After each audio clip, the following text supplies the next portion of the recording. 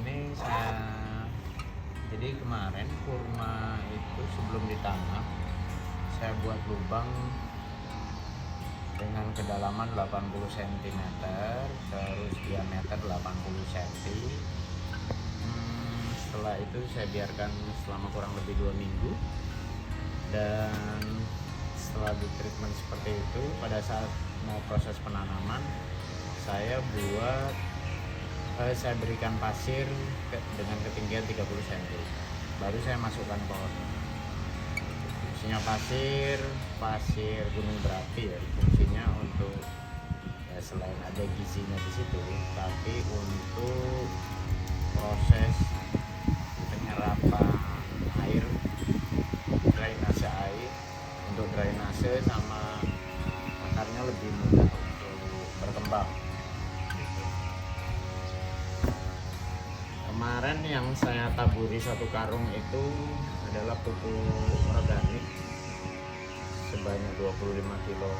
Hari ini akan saya tambahkan pupuk kimia, 3 jenis pupuk kimia, 1 kilo, 1 kilo, dan setengah kilo. Jadi total 2,5 kilo hari ini. Untuk pemberian pupuk kimia saya nggak bisa sembarangan karena pupuk kimia sifatnya panas.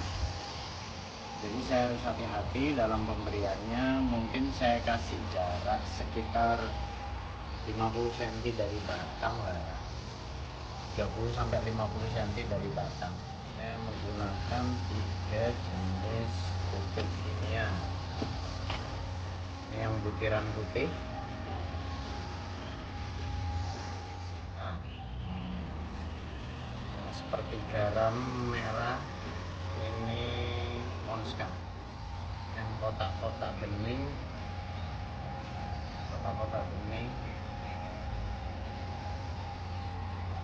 ZA. Ini saya padukan jadi total 2,5 kilo. Saya akan buat parit di keliling sekitar batang. Pada dasarnya fungsi dari keempat pupuk ini secara garis besar itu sama sebetulnya, untuk kesehatan tanaman supaya tidak mudah terserang penyakit, untuk memperbaiki pertumbuhan batang, akar, serta buah. Pada dasarnya sama, cuma ada kandungan-kandungan tertentu di masing-masing pupuk tersebut yang saya mix untuk memberikan hasil yang terbaik. Contoh kayak kurma yang di kantor pusat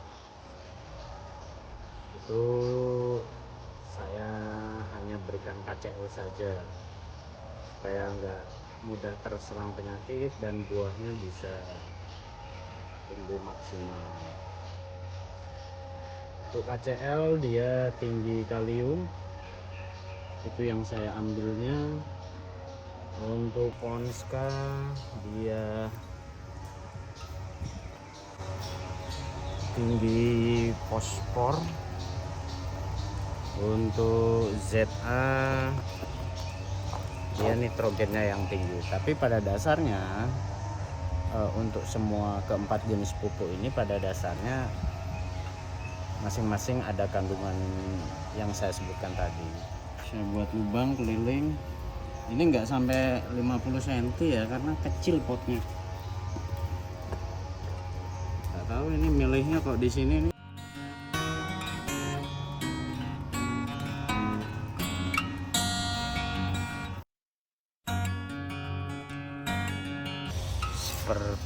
Contoh seperti racun untuk penyemprotan insektisida saya lebih cenderung memilih racun yang sifatnya lambung dan sistemik, bukan kontak dan lambung, tapi sistemik dan lambung. Karena kalau kontak, sifat racun tersebut kontak, baik ditabur, disemprot ataupun cair, itu harus ada hewannya terus disemprot. Nah kalau kita nyemprotnya hari ini terus hewannya baru hinggap 2 hari lagi, jadinya nggak mati hewannya gitu. Sedangkan untuk sistemik dan lambung,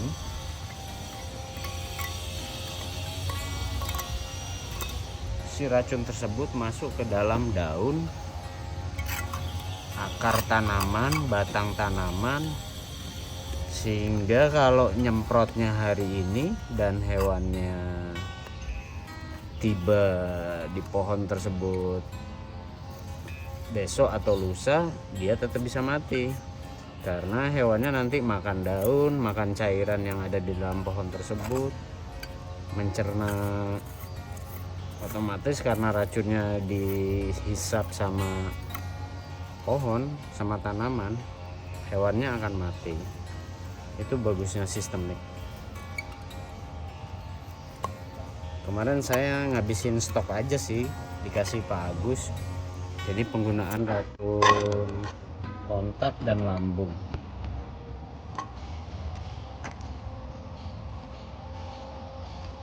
Habiskan stok desis semua. Jadi pada dasarnya sama, obat dan pupuk itu yang ada di pasaran itu sama saja pada dasarnya. Cuma tergantung dari kita untuk penggunaannya yang tepat guna. Kira-kira saya buat paritnya seperti ini. Nanti setelah itu saya kubur lagi, pupuknya saya kubur, terus saya siram menggunakan air sampai jenuh supaya langsung diserap akar tanaman.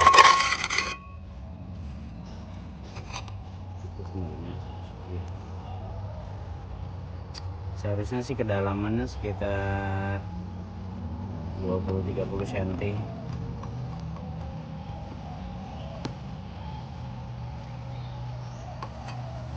Ayo, gali.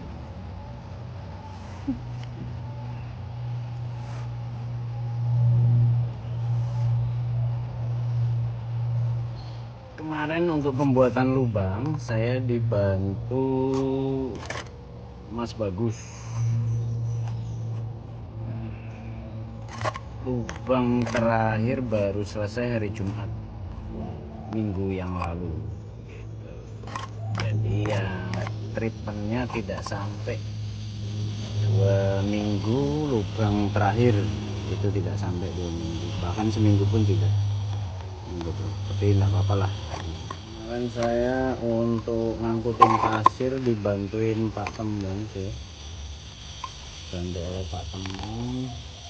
Lumayan, jadi nggak terlalu sengsara lah ngangkutinnya. Sekali lagi saya buat lubang seperti ini supaya pupuk itu bisa kita kubur dan tidak mengalami penguapan, karena berbahaya buat tanaman. Dan nanti pupuknya kita pendem, kita kubur supaya tidak menguap, tidak mengenai batang tanaman, karena pupuk kimia itu sifatnya panas, tidak dingin seperti pupuk organik. Sama ini pupuknya 3 macam, kita aduk dulu supaya merata.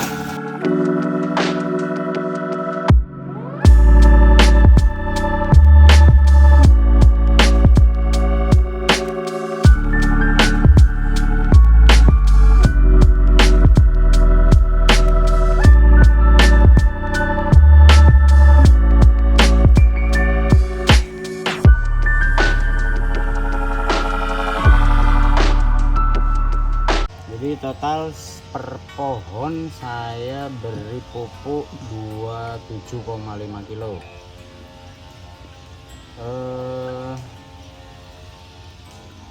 Secara teori pemberian pupuk dilakukan setahun 2 kali atau 6 bulan sekali, pada awal musim penghujan dan awal musim kemarau.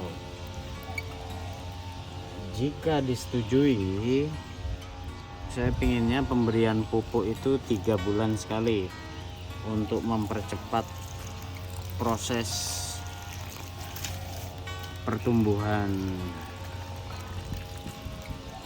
3 bulan sekali kita berikan. Waktunya penutupan supaya tidak terjadi penguapan. Setelah dinding Yajuj Majujnya tertutup, baru kita buat mangkok.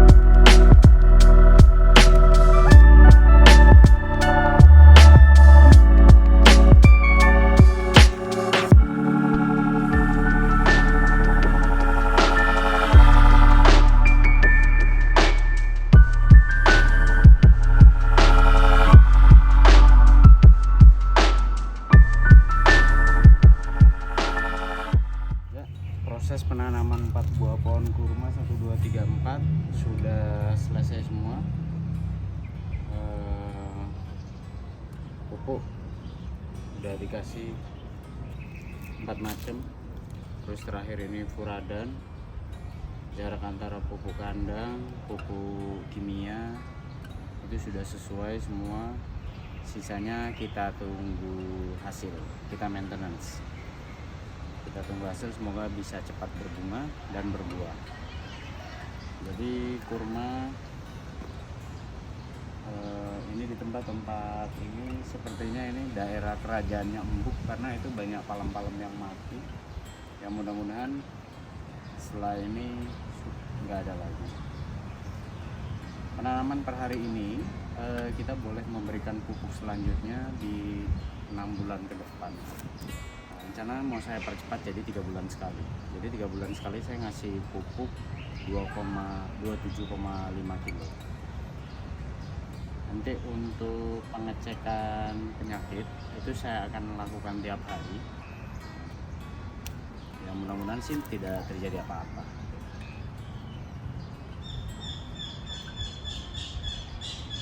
Mungkin itu aja. Nanti total kurma betina semuanya ada 1, 2, 3 dan 3-tiganya sudah berhasil berbuah. Tinggal kita tunggu panennya aja. Mudah-mudahan kurma yang sedikit berbuahnya itu tidak ada yang rontok sampai panen, supaya kita bisa tahu. Sampai yang pendek dekat tanah pun itu sudah berbuah, sudah berhasil. Tinggal kita tunggu aja, karena selain 3 itu semuanya jantan. Nah ini saya beli 4 ini betina semua, 2 Azua 2 Golden, karena saya pikir sudah cukup pembuahan 1 pohon untuk 100 pohon, saya pikir sudah cukup. mungkin itu saja, sisanya kita tunggu. Nanti untuk penyiraman saya akan kontrol, kalau bisa sih tiap hari disiram ya, supaya reaksi pupuknya bisa cepat dirasakan sama akar dan pohon. Nanti saya akan pantau secara langsung untuk penyiramannya. Ya, mudah-mudahan inilah berhasil. Ini salah satu pot kurma yang dibuat seperti mangkok terbuka. Nah, maksud saya salah satunya seperti ini. Sama itu juga saya buat seperti mangkok terbuka, itu juga. Jadi nutrisi yang masuk itu fokus ke pohonnya, enggak bleber kemana-mana. Jadi nanti habis kita mes, habis kita kasih furadan, diazinon, kita siram, airnya benar-benar diganjal sama fondasi seperti mangkuk terbuka atau seperti gunung berapi yang sudah meletus. Yakin aja itu. Nah, seperti itu contohnya, salah satu contohnya.